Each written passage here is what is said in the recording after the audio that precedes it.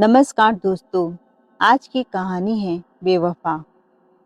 आलोक और मेरी शादी को 5 साल हो गए थे, पर अभी तक मैंने उन्हें औलाद का सुख नहीं दिया था। यह बात दिन रात मुझे खाए जा रही थी। हालांकि मेरे पति मुझसे बहुत प्यार करते थे और उन्हें भरोसा था कि हमें औलाद होगा। मैंने अपने पति से झूठ बोलकर रखा था कि मुझे डॉक्टर ने बोला है कि तुम्हें औलाद जल्द ही होगा, पर मैं झूठ बोल बोलकर थक चुकी थी। अब मुझसे और झूठ नहीं बोला जा रहा था। ऐसे 6 महीने और निकल गए। मैं अपने पति को और धोखे में नहीं रख सकती थी। आज मैं उन्हें सारी सच्चाई बता दूंगी कि मैं बाँझ हूँ। मैं माँ नहीं बन सकती। फिर मैंने सोचा, क्यों ना मैं एक बार अपनी माँ से पूछ लूँ। मैंने अपनी माँ को फ़ोन लगाया। उन्होंने कहा, बेटा ऐसा करो, तुम अपने पति की दूसरी शादी कर दो। तुम्हारे एहसान तले दबा रहेगा और तुम्हें कभी छोड़ेगा नहीं।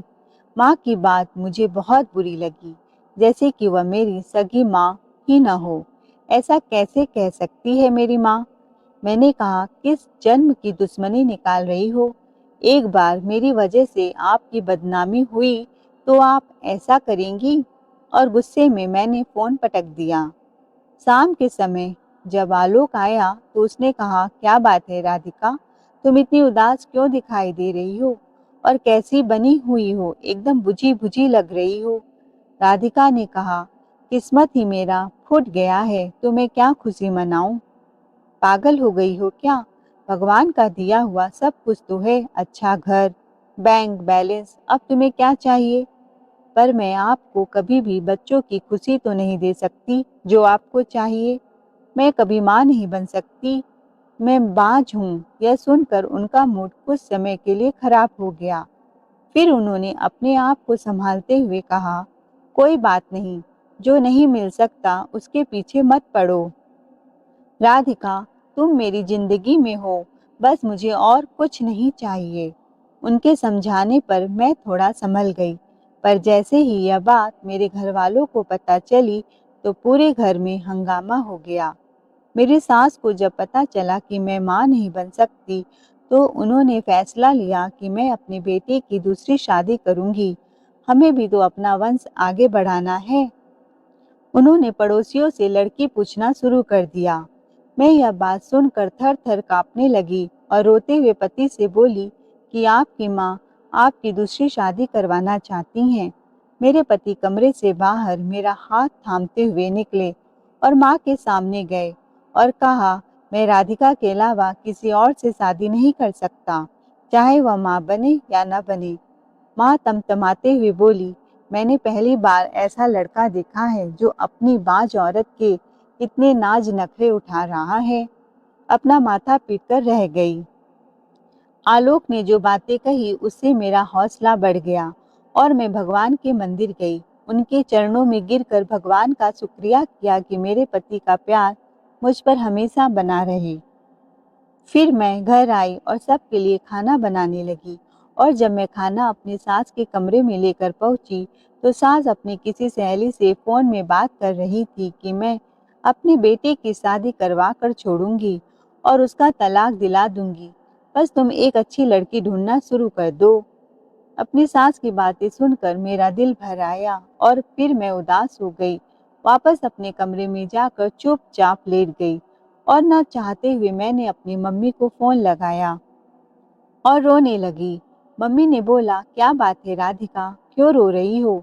मैंने कहा, पहले ही मेरी ज़िंदगी खुशहाल थी। जब से पता चला है मैं बाँझ हूँ, तब से मेरी गर्दन तलवार पर ही लटकी रहती है कि कब क्या हो जाएगा। मम्मी, आलोक बहुत अच्छा इंसान है, वह हर समय मेरे लिए लड़ाई लड़ता है, लेकिन कब तक मुझे अपने दिल की रानी बनाकर रखेगा? कभी न कभी तो वह फिसल जाएगा, आखिर वह भी तो एक मर्द है। मेरी सास उसके लिए लड़की ढूंढ रही हैं। कभी न कभी तो आलोक को एहसास हो जाएगा कि उसकी ज़िंदगी में भी एक बच्चा ज़रूर होना चाहिए और उसे दूसरी शादी कर लेनी चाहिए। मैंने कहा, बिटिया, मैं तुम्हारा दुख दर्द समझ रही हूँ। तुम पर क्या बीत रही होगी। इसीलिए तो मैंने बोला था कि तुम उसकी दूसरी शादी खुद ही करवा दो। अगर वह अपने मनपसंद की लड़की ले आएगा तो तुम कहाँ जाओगी? और अपने पसंद की गरीब लड़की से उसकी शादी करवा दोगी तो तुम्हारे एहसान तले दबी रहेगी और तुम्हारा जगह लेने की कोशिश भी नहीं करेगी। जब बच्चा होगा तो तुम बराबर की माँ कहलाने की भी हकदार रहोगी। आज मुझे अपनी मम्मी की बात सही लग रही थी, जो उस दिन बुरी लग रही थी। मैंने सोचा कि आलोक की शादी में करवा कर ही छोड़ूंगी, नहीं तो इस घर में गुजारा करना मेरा नामुमकिन हो जाएगा। पर मुझे यह बात तीर जैसे चुभ रही थी। अब मैंने चोरी छिपे अपने घर वालों से आलोक के लिए लड़की ढूंढना शुरू कर दिया। मुझे आलोक पर पूरा विश्वास था कि उसका प्यार मेरे लिए कभी खत्म नहीं होगा।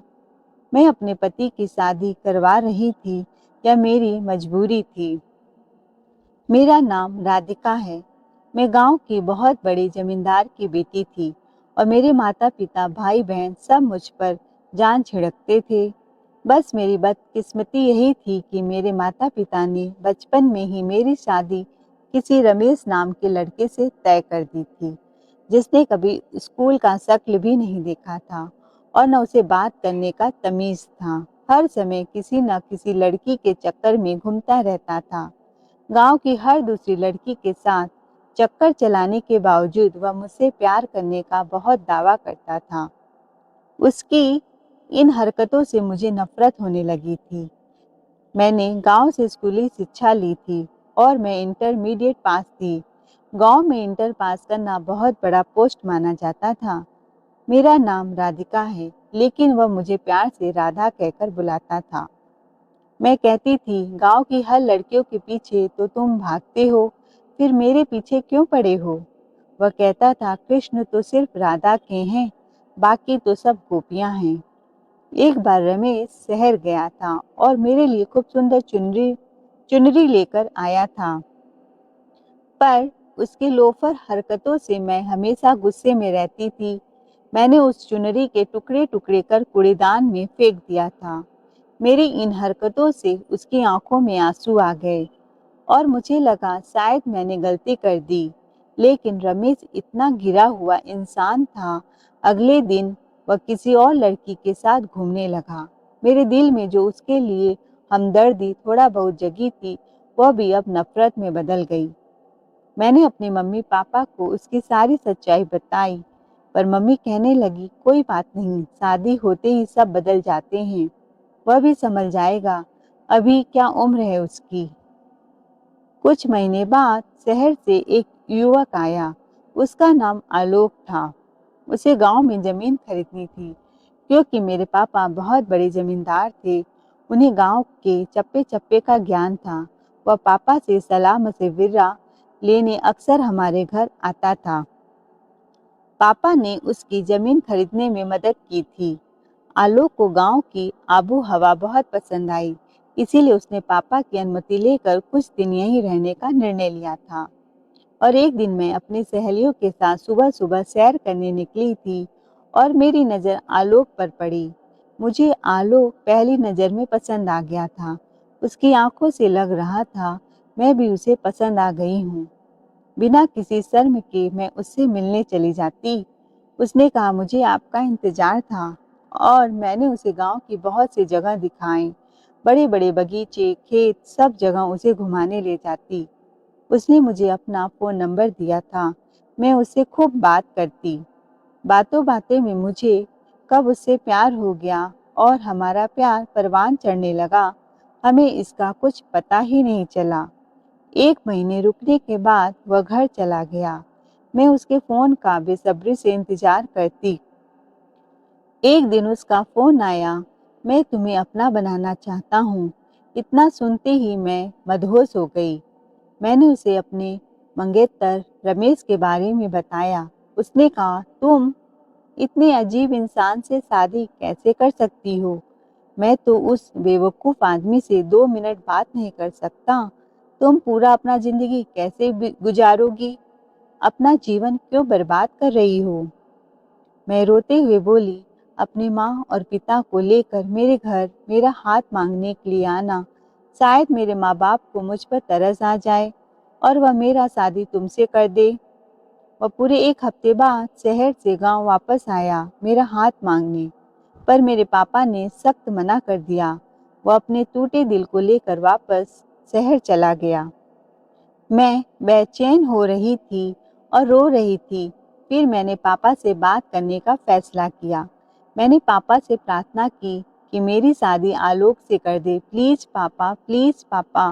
पापा ने मेरे सर पर हाथ रखा और कहा, मैंने रमेश की माँ को जमान दिया है और उनके मरने के बाद मैं उनको दिया हुआ वचन कैसे तोड़ सकता हूँ। पापा की बातें सुनकर मेरा दिल दुख रहा था। मेरी आंखों में आंसू आ गए, पर उन्होंने कहा, बेटा, समय के साथ साथ वह सुधर जाएगा। बेटी, औरत अगर वफादार और अच्छी हो तो बदचलन लड़का भी सुधर जाता है, नेक रास्ते पर चलने लगता है। यह कहकर पापा तो चले गए और मैंने आलोक को तुरंत फोन मिलाया। रो रो कर पापा की बातें बताई। उसने कहा, मैं तुम्हारी जिंदगी ऐसे बर्बाद नहीं होने दूंगा। तुम बस मेरा साथ दो, मैं तुम्हारा विश्वास नहीं तोड़ूंगा। मैं तुम्हें लेने आ रहा हूँ, तुम तैयार हो जाओ मेरे संग भागने के लिए। मैं आलोक के साथ शहर भागकर आ गई और शादी कर ली। लेकिन जब आलोक की माँ को पता चला, उसने कहा, तुम इतने बड़े जमींदार की बेटी को भगा कर ले आए हो, कहीं वह हमारा नुकसान न कर दे। हालांकि आलोक भी पैसे वाला था, रईस खानदानी था, पर उसकी माँ पुराने विचारों की महिला थी। उन्हें मुझे घर से भागे हुए लड़की को बहू के रूप में स्वीकार करना पसंद नहीं किया और हम लोगों के बीच फूट डलवाने की कोशिश की। पर आलोक ने अपनी माँ का मुंह तोड़ जवाब दिया। हर समय मेरा साथ देता था। मैं कितनी खुश नसीब थी कि आलोक जैसा पति मुझे मिला था। यह तो भगवान की कृपा थी कि मेरे पापा और भाई ने मेरा पीछा नहीं किया, नहीं तो मेरी जिंदगी नरक बन जाती। खैर, अभी भी मेरी जिंदगी नरक से कम नहीं थी, क्योंकि मुझे पता चल गया था कि मैं बाज हूँ। मुझे रह रहकर ख्याल आता कि कहीं मेरे माँ बाप का बद्दुआ तो नहीं लग गया है मुझे। खैर, अब मैंने अपने पति की दूसरी शादी करवाने का निर्णय ले लिया था। अपनी सास की जिद के आगे अपनी जिंदगी को तबाह नहीं करना चाहती थी। मैं छुपते छुपाते गांव की एक औरत के पास गई और उसे रुपए का लालच देकर अपने साथ मिला लिया और कहा, मुझे एक ऐसी लड़की लाकर दो जो गरीब और लाचार हो। मैं उससे अपने पति की शादी करवाना चाहती थी। एक दिन आंटी ने मुझे अपने घर बुलाया और एक गरीब लड़की को दिखाया। मैं उसके हुस्न और रूप रंग को देखकर खुद दंग रह गई। मेरे मुंह से निकला, बाप रे, कितनी सुंदर है ये लड़की। मैं आंटी को दूसरे कमरे में ले गई। मैंने कहा, मैं इस लड़की से अपने पति की शादी हरगिज़ नहीं करवाऊंगी। उसके हुस्न पर ही फिदा हो जाएगा, पागल हो जाएगा और मुझे तो भूल ही जाएगा। वह बोली, बेटा, यह रिश्ता बहुत अच्छा है, ऐसी लड़की पाओगी नहीं ढूंढने से भी। यह लड़की बहुत सीधी सादी है और अनाथ है, अपने मामा मामी के साथ रहती है और उसकी मामी इससे छुटकारा पाना चाहती हैं। तो अच्छा है कि तुम इससे अपने पति की शादी करवा दो, हमेशा दबकर ही रहेगी। मेरा जी तो नहीं मान रहा था। फिर भी मैंने उसकी तस्वीर मांगी और अपने घर लेकर चली गई। उस लड़की का नाम हीर था। मैं यह तस्वीर लेकर घर के हॉल में पहुंची थी कि तभी वहां का नजारा देखा। वहां पर मेरे पति और सास ससुर ननद सब बैठकर मेरे पति के कान भर रहे थे। ननद कह रही थी, भाभी तो बाज है, आप कैसे बाज औरत के साथ सारी उम्र गुजारेंगे। ससुर जी बोले, बेटा, हम लोगों ने मिलकर एक लड़की पसंद की है, बस तुम्हारे हाँ की देरी है। आलोक बोला, अब बस भी करो, मैं अपनी मनपसंद लड़की से शादी क्या कर ली। आप लोग हर समय मुझे ताना देते रहते हैं। मैंने कितनी बार कहा है, राधिका के अलावा और कोई मेरी जिंदगी में नहीं आ सकता। वह मेरी पत्नी है, मैं उसे छोड़ नहीं सकता हूँ। मैंने ऐसा कौन सा जुल्म किया है जो तुम उस बेचारी के पीछे पड़ गई हो। जहाँ सास ससुर की बातों ने मेरे दिल को छलनी कर दिया, वहीं आलोक की प्यार भरी बातें सुनकर मुझे हिम्मत मिल गई। मैं बिना कुछ बोले अपने कमरे में चली गई और थोड़ी देर बाद आलोक भी आया। मेरी आंखों में आंसू देखा तो प्यार से समझाने लगा, मम्मी पापा की बातों को दिल पर मत लेना। मैंने कहा, आप कब तक बिना बच्चा के अपनी जिंदगी गुजारेंगे? आप दूसरी शादी कर लीजिए। मेरी बात सुनकर वह हैरान हो गया और बोला, हरगिज नहीं, अब तुम भी शुरू हो गई। मैंने कहा, मगर आप शादी मेरी पसंद की लड़की से करेंगे, अपनी माँ की नहीं। आलोक गुस्से में बोला, मुझे इससे कोई फर्क नहीं पड़ता, चाहे तुम पसंद करो या माँ। मैं किसी को अपनी पत्नी के रूप में स्वीकार नहीं करूँगा। मैंने कहा, आपको बच्चे की जरूरत नहीं है, पर मुझे जरूरत है। आपकी शादी होगी तो घर में बच्चे होंगे, मेरा भी कोख भर जाएगा, मेरी तड़पती हुई ममता को सुकून मिल जाएगा। सच्चाई तो यह था कि मैं कोई बच्चा नहीं चाहती थी, पर मैं अपने पति को खोने के डर से उसकी शादी करवाने के लिए तैयार हो गई थी। कुछ दिन तक मेरे और आलोक के बीच नाराजगी रही थी, पर मैं रो रो कर उसे दूसरी शादी के लिए मनवा लिया था। दूसरी शादी करने के लिए तैयार हो गया था, पर मैं अंदर से पूरी तरह से टूट गई थी। मैं चुपचाप मंदिर जाकर आलोक और हीर की शादी करवा दी। हीर सौतन बनकर मेरे घर में आ गई। हीर को मैंने अपनी सहेली बना लिया था। मैं अपने सौतन को खुद अपने ससुराल में लेकर पहुंची तो सास ने बखेड़ा किया कि कम से कम दूसरी शादी तो उनकी मर्जी से कर लेते। यह सब देखकर मेरी सास का दिल जल रहा था। वैसे तो मुझे सुकून मिल जाना चाहिए सास का गुस्सा देखकर, पर मैं भी छटपटा रही थी पति को खोकर। वह फूलों की सेज में सो रही थी। पूरी रात मैं अंगारों की सैया में सो रही थी। जिस पति के बाहों में मैं सोती थी आज कोई और है। जिसकी आंखों में मेरे लिए मोहब्बत होती थी वह आज किसी को देखकर मुस्कुरा रहा है। उसकी फूलों की सेज मेरे लिए कांटों की सेज बनी हुई थी, जो मुझे पूरी रात चुभते रहे और मैं पूरी रात रोती रही, करवटें लेकर गुजार दी। सुबह हुई, मैं जल्दी उठी और मैं आलोक से बात करना चाहती थी। उसको एक बार देखना चाहती थी, पर जैसे ही मैं उसके कमरे के पास गई, वह उठा नहीं था। दिन के 12 बज गए थे, पर वह अपने कमरे से निकला तक नहीं था। मैंने अपने सौतन हीर को घूरते हुए बोला, अभी तक तुमने आलोक को उठाया नहीं? उसने कहा, मुझे माफ कर दो दीदी। आलोक ने कहा है कि मैंने यह शादी आपकी जिद की वजह से की है और मुझसे पत्नी का रिश्ता नहीं रखेगा, और अगर मैंने जोर जबरदस्ती की तो मुझे तलाक दे देगा। इसलिए मैंने उनको उठाने की हिम्मत नहीं कर पाई। अगर वह मुझे छोड़ देंगे तो मैं कहाँ जाऊंगी? मैं दोबारा अपने मामा मामी के घर नहीं जा पाऊंगी। मामी मुझ पर बहुत जुल्म करती है। रिश्ता करने वाली आंटी ने सच में बहुत ही मजबूर लड़की दी थी। मुझे लगा आलोक मुझसे नाराज होंगे। जब उनकी नाराजगी दूर होगी तो अपने कमरे से खुद ही बाहर आएगा, पर यह मेरी गलत फहमी थी। आज शादी के 4 दिन हो गए थे और वह कमरे से बाहर नहीं निकला। मुझे अजीब अजीब ख्याल आने लगा और मैंने हीर को मंदिर के बहाने बाहर भेज दिया और खुद उसके कमरे में चली गई। मेरे कदमों की आहट सुनकर आलोक बोला, आ गई मेरी प्यारी हीर। यह सब मुझे एकदम तीर की तरह लगे, जो मेरे दिल में सीधा चुभ गए थे। मैं उल्टे पांव कमरे से बाहर आ गई और रो रही थी। 4 दिन में ही आलोक ने मुझे भुला दिया, हीर को अपना बना लिया। क्या बस 4 दिन की मोहब्बत थी हमारी? मैं अपने सास के कमरे की तरफ बढ़ी। मैंने देखा मेरी ननंद आई हुई है। सासू माँ के कमरे से फुसफुसाहट की आवाज आ रही थी। वह कह रही थी, देखा क्या बेवकूफ बनाया राधिका को, एक तीर से 2 निशान लगाया। बेचारी राधिका को तो पता भी नहीं चला।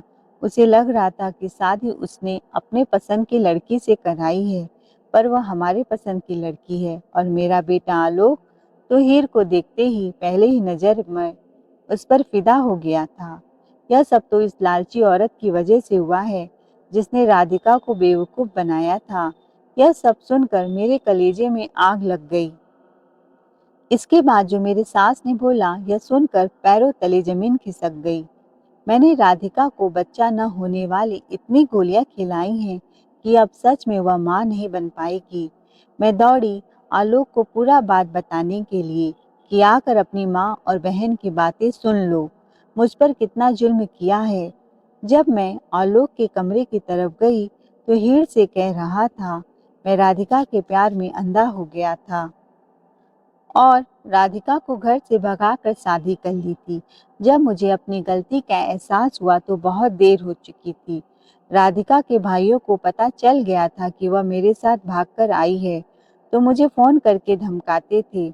हमारी बहन घर से भागकर आई है, लेकिन अकेली नहीं है। अगर उसकी आंखों में आंसू आया तो हम तुम्हें छोड़ेंगे नहीं। मैं तो उसके गांव रह कर आया था। उसके पापा बहुत बड़े जमींदार हैं, इसलिए मैं राधिका को तलाक नहीं दे पाया। मेरी मम्मी ने एक औरत से मिलकर राधिका को पागल बनाया और उसी के हाथों मेरी शादी तुम्हारे साथ कर दी, ताकि वह तुम्हें दबाकर रख सके। मेरी जान हीर, तुम मुझे पहली नज़र में बहुत भा गई। अब तुम हमेशा के लिए मेरे साथ रहोगी। अब तक मैं सास को निर्दयी समझ रही थी, पर मेरा पति आलोक भी बेवफा निकला। यह वही आलोक था जिसके लिए मैंने अपनी पूरी जिंदगी दांव पर लगा दिया। मेरे हाथ से वहां पर रखा फूलदान गिर गया। आलोक उठा और मुझे अपने सामने देखकर हैरान हो गया। उसे शायद उम्मीद नहीं थी कि मैं उसका राज इतनी जल्दी जान लूंगी। मैंने आलोक से कहा, जब तुम मुझे छोड़ना चाहते थे तो ऐसे ही छोड़ देते। मुझे बाज बनाकर भगवान की दी हुई सौगात छीनकर मेरा अपमान करना जरूरी था क्या? तुम्हारे सब घर वालों ने मुझ पर बहुत अत्याचार किया है। तुमने तो मेरी पीठ में छुरा भोंका है। इतना कहकर मैं उसके कमरे से निकल गई। फिर उसी रात मैंने घर छोड़ने का फैसला किया।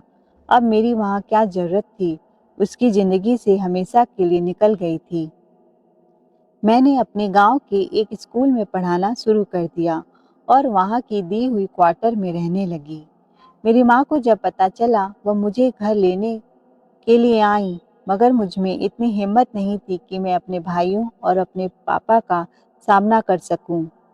एक दिन मैं सुबह-सुबह अपनी फूटी किस्मत पर बैठी आंसू बहा रही थी, तभी बाहर बैठा गार्ड मेरे पास आया। उसके हाथ में एक बड़ा पार्सल था। मुझे देते हुए कहने लगा, एक आदमी आपके लिए देकर गया है। जब पार्सल पर मेरी नज़र पड़ी, मुझे सबसे पहले आलोक का ख्याल आया और इसके नाम से ही मेरे दिल में नफरत होने लगी। खुद पर हंसी आती थी कि कभी मैंने आलोक को दिलो जान से चाहा था, पर वह कब से मेरे पर इतना मेहरबान हो गया कि मुझे कोई गिफ्ट भेजे। वह तो अपने हीर के ख्यालों में खोया हुआ है। ऐसा सोचकर मैंने गार्ड से पार्सल ले लिया और अपने कमरे में चली आई। मैंने पार्सल खोलकर देखा तो मेरी सांस थमी की थमी रह गई, क्योंकि उसमें लाल चुनरी थी जो एक बार रमेश ने मुझे दी थी। उस चुनरी को देखते ही रमेश का चेहरा मेरी आंखों के सामने घूम गया। हो न हो, यह खूबसूरत चुनरी मुझे रमेश ने भेजी थी। मैं तुरंत दरवाजे की तरफ भागी। फिर गार्ड से पूछा, ये चुनरी किसने दी? जिस आदमी ने दिया है वह कब का जा चुका है, गार्ड ने कहा। पर हाँ, उस आदमी ने कहा था, अगर मैडम जी चुनरी के टुकड़े कर देंगी तो भी संभाल कर रख लेना। मेरी जिंदगी का पूंजी है। मेरी आंखों से झरझर आंसू बह रहे थे। लोफर रमेश का चेहरा मेरी आंखों के सामने घूमने लगा था। क्या रमेश के दिल में अभी भी मेरे लिए प्यार है? लेकिन अब मेरा मर्द जात से विश्वास टूट चुका था। मैंने तुरंत माँ को फोन लगाया और रमेश के बारे में पूछा। रमेश के बारे में जो कहानी मुझे मेरी माँ ने सुनाई, उसे सुनकर मेरा दिल तड़प उठा। माँ ने कहा, जिस दिन तुम घर छोड़कर आलोक के साथ भाग गई, उस दिन रमेश पूरे गांव के सामने चीख चीख कर रो रहा था। राधा, मेरी राधा कहकर तुम्हें याद कर रहा था। तुम्हारे जाने के बाद वह एकदम बदल गया। उसने अपने गांव की जमीन को बेचकर एक स्कूल खोला, ताकि गांव का हर बच्चा पढ़े, कोई भी बच्चा अनपढ़ न रहे। उसे लगता था तुम उसे अनपढ़ होने की वजह से छोड़कर गई हो। साथ ही उसने शहर में फैक्ट्री खोला और धीरे धीरे तरक्की करता गया। भगवान की कृपा से रमेश के पास पैसों की कोई कमी नहीं है। उसे पैसे का कोई लोभ नहीं है। हमेशा गरीबों को दान करता है। न जाने कितने अनाथालय खुले हैं। और कहता है, जब मेरी राधा मेरे पास नहीं है तो मैं क्या करूँगा इन पैसों का? हँसना बोलना एकदम भूल गया है। अपने काम में दिन रात खोया रहता है।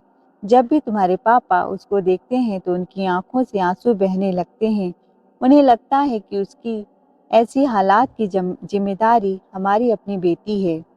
रमेश के साथ इतना बुरा हुआ, यह सब सुनकर मेरी आँखों से आँसू बह गए। मेरा दिल उससे मिलने के लिए मचल उठा। मैंने माँ से कहा, मैं रमेश से एक बार मिलना चाहती हूँ।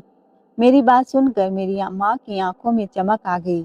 कहने लगी, बेटा, तुम चाहो तो अपनी जिंदगी की नई शुरुआत रमेश के साथ कर सकती हो। अभी भी वह तुम्हारे इंतजार में है। लेकिन अब मैं रमेश के काबिल नहीं थी। मैं तो एक बाज औरत थी, लेकिन मैं एक बार उससे मिलकर उससे माफ़ी मांगना ज़रूर चाहती थी। जिस मोहब्बत को मैंने हीरा समझा वो पत्थर निकला और उससे मैंने अपना सर खुद फोड़ लिया। मैं मम्मी के साथ रमेश के घर पहुंची।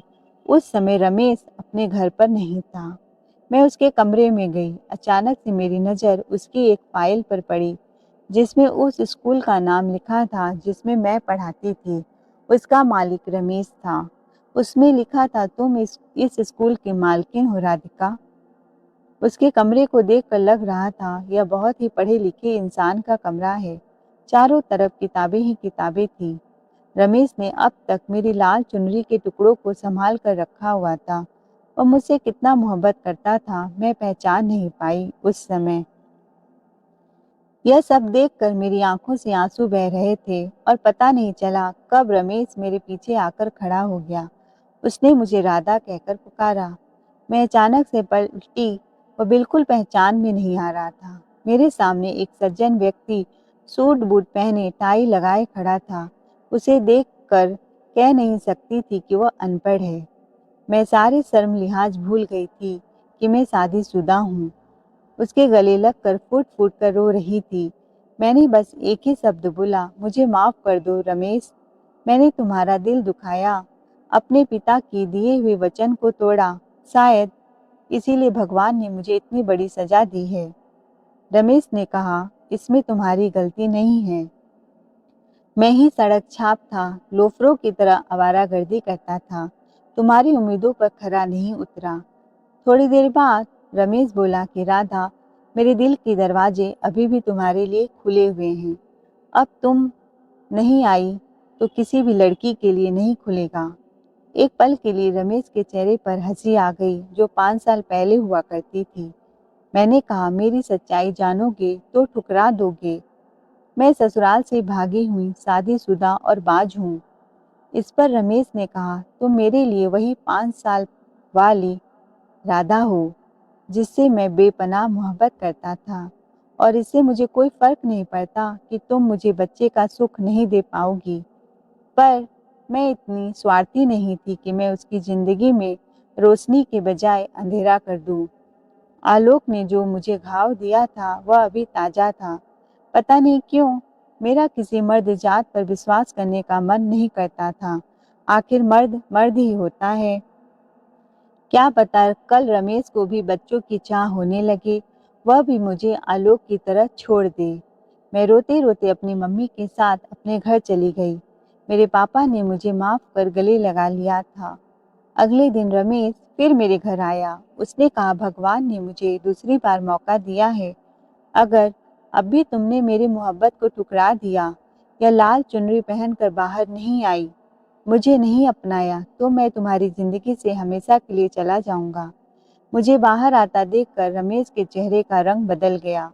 शायद सोच रहा था कि मैंने चुनरी के टुकड़े टुकड़े कर दिए। मैंने उसके सामने चुनरी पहना तो वह खुशी से उछल पड़ा। उसने मम्मी का लिहाज किए बिना मेरे माथे को चूम लिया था। मेरी तरफ से हाँ होते ही शादी की तैयारी शुरू हो गई। एक हफ्ते के अंदर ही आलोक से मेरा तलाक हो गया। मेरे माँ बाप ने मेरी शादी बहुत धूमधाम से की। सारे गांव वाले आए थे। सब आशीर्वाद दे रहे थे। ऐसा लग रहा था यह शादी मेरी पहली शादी है। शादी की खुशी क्या होती है वह मुझे अब महसूस हो रही थी। आलोक के साथ मैंने तो भागकर कोर्ट मैरिज की थी। सुहाग सेज में बैठी मैं रमेश का इंतजार कर रही थी। मेरा दिल भी रमेश के लिए जोर जोर से धड़क रहा था। वह कमरे में आया, मुझे अपने बाहों में भर कर कहने लगा, कहा था ना, राधा तो शिव कृष्ण की है, बाकी सब गोपियां हैं। मैं उसके बाहों में जाते ही मदहोश हो गई। रमेश के साथ मेरी जिंदगी इतनी हसीन हो जाएगी, मैंने सोचा नहीं था। मैंने रमेश को अपनी और आलोक की सारी कहानी सुना दी थी। रमेश ने मेरा इलाज करवाना शुरू कर दिया। डॉक्टर ने हमें उम्मीद दिलाई थी कि इलाज के बाद मैं माँ बन सकती हूँ। 1 साल रमेश के प्यार में कैसे कट गया पता ही नहीं चला। 1 साल बाद शहर के बड़े हॉस्पिटल में मेरी मुलाकात आलोक से हुई। उसके चेहरे पर जरा भी रौनक नहीं था। मुझे देखते ही वह मेरे पास आया, हाथ जोड़कर माफी मांगकर कहने लगा, राधिका, मैंने जो तुम्हारे साथ गुनाह किया था उसकी सजा भगवान ने मुझे दे दी। मेरी माँ को पोता खिलाने का बहुत जल्द था। वह कोमा में चली गई। शादी के 1 साल बाद भी जब हीर प्रेग्नेंट नहीं हुई तो मैंने और हीर ने अपने टेस्ट करवाए। हीर की रिपोर्ट नॉर्मल आई, लेकिन मेरी रिपोर्ट में आया मैं कभी बाप नहीं बन सकता। कहते हुए आलोक शर्म से रोने लगा। अब हीर दिन रात मुझे ताना देती है कि मैं बाज हूँ। राधिका, मैं तुम्हारा कृष्ण नहीं बन पाया। मुझे तुम्हारी याद सताती है। अब मैंने तुम्हें खो दिया है, लेकिन एक काम तो कर सकता हूँ, माफ़ी मांग सकता हूँ। प्लीज़ मुझे माफ़ कर दो। मैंने कसकर रमेश का हाथ पकड़ा और रमेश की तरफ देखते हुए आलोक से कहा कि भगवान ने तुम्हें तुम्हारे किए की सजा दे दी है, तो भला मैं कौन होती हूँ सजा देने वाली। आज ही डॉक्टर ने बोला है कि मैं माँ बन सकती हूँ। मैं खुशी खुशी बड़े गर्व से अपने पति रमेश के साथ आगे बढ़ गई और आलोक हारे हुए जुआरी की तरह मुझे देखता रह गया। आई होप आपको ये कहानी पसंद आई होगी, तो चैनल को लाइक से सब्सक्राइब जरूर करें। Thanks for watching.